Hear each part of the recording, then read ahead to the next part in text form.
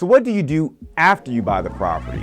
Listen, we all talk about buying real estate, analyzing deals, talking to brokers, getting in front of any potential investor or operator who might be able to sell you a piece of property. We don't talk about what happens next. So if you want to know some of the key steps you need to take, I got 5 of them. 5 steps you have to take after you buy a property. Check out this video right here. Hey, my name is John Casmon, and I've invested in over $150 million worth of apartments. And today we're going to talk to you about what steps you need to take after you buy a property. So set the scene.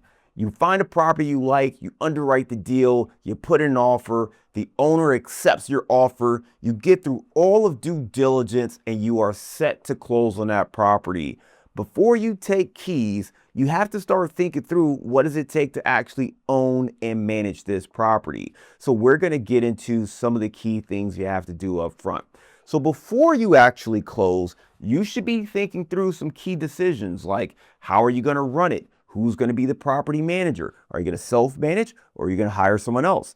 All of these decisions are really key. So when you start on day one, you've got a plan in place. So assuming you figured out who's going to manage the property, the first thing you want to do is think through the business structure. All right. Are you going to run this out of an LLC? Are you going to do it in your personal name? Do you have partners? Do you need to form a new LLC? What is going to be the structure? That is the first thing you're going to need to tackle. After you close, you'll want to make sure that you open up a bank account.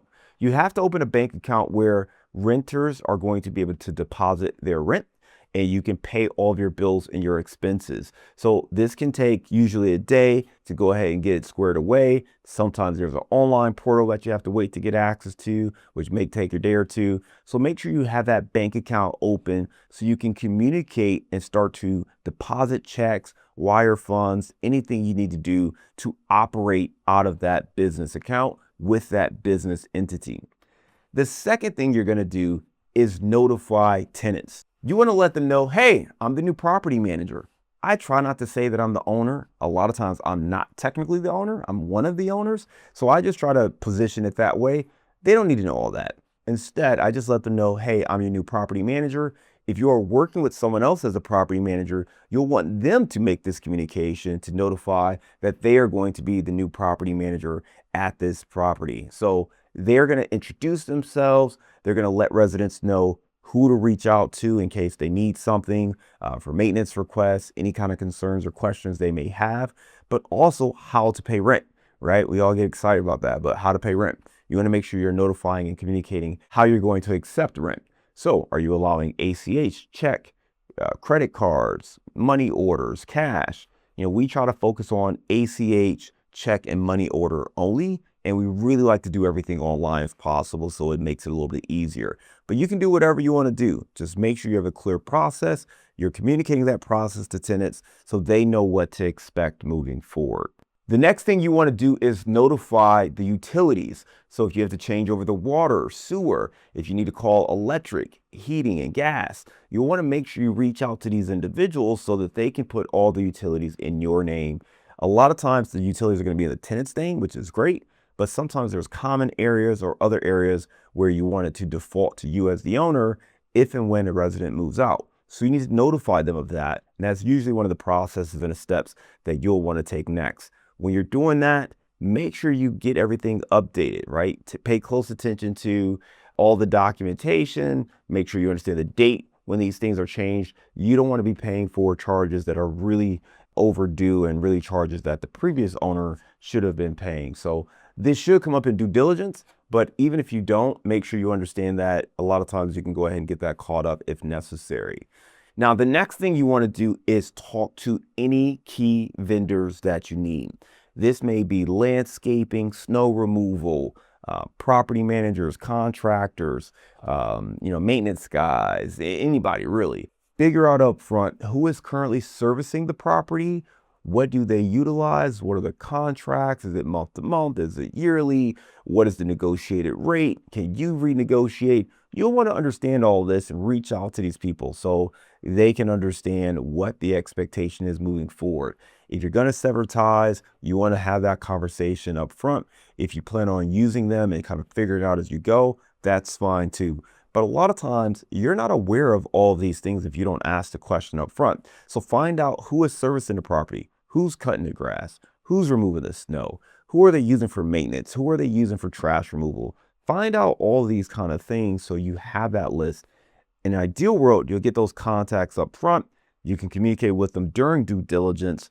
But if not, worst case, you want to start having those conversations after you close on the property. It's really important to understand, because if you were planning out maybe $3,000 a year for trash, snow removal, and landscaping, and you come to find out this guy's really going to charge more than that, or he was planning on a rate hike, that's something that you need to know out of the gate, because that may be a change you need to make faster.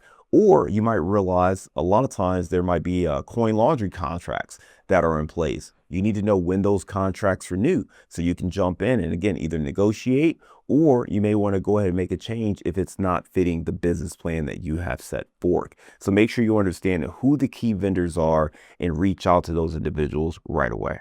And the last thing you want to do after you close on a property is set clear expectations, all right? I talked about speaking to the residents up front, but again, you want to set expectations of what it's going to be like under your ownership. It's not just about collecting rent. It's also providing a great quality service for these residents. What challenges do they have?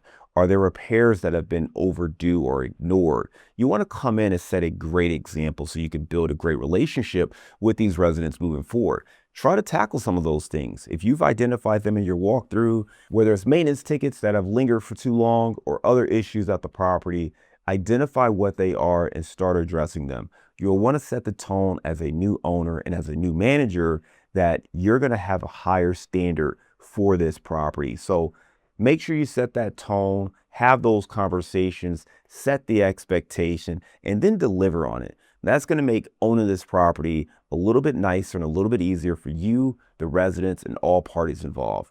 All right, number 6. Now listen, this is a little special one, right? This is if you are working with partners. If you've raised any capital for this deal, you got JV partners, you've got passive investors, you need to notify them. Notify them that you close. Give them any good news that came out of closing. Let them know the team is on the ground and underway with operations and what they can expect moving forward.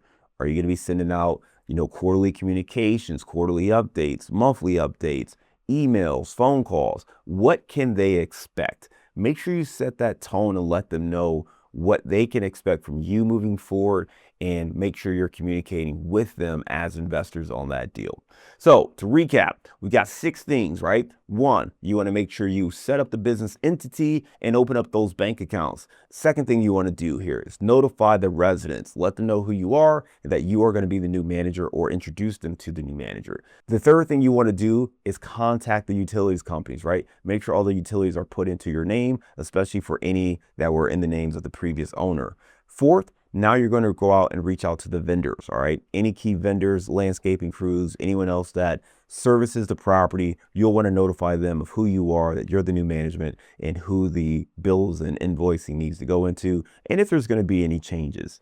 Fifth, now you want to get into your follow-ups, right? Communicate with the residents, set the expectations. And this is a special 6. If you are raising capital, if you have investors, make sure you do the same thing with them, all right? Let them know what communication structure you're going to follow, when distributions are expected to start, and how you see the deal playing out overall. So once you buy that property, you're going to be in a great spot. Make sure you check that out. So those are the 6 steps you need to take after you buy a property, assuming you have investors, right? But if you don't have investors, that's all good. Follow the first 5.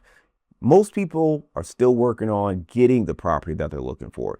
All right, so we got a couple of videos to help you. First and foremost, to find and analyze deals. We've got some videos here that can help you in that area. And also, if you're looking to raise capital for your real estate, we've got videos here that can help you with that as well. So whether you're raising capital, finding deals, analyzing deals, check out our channel. We got a lot of videos that can help you get to where you want to be. And if you haven't done so already, hit that subscribe button and share this content with somebody else who you think will get some value out of it. Until next time, take care, everybody.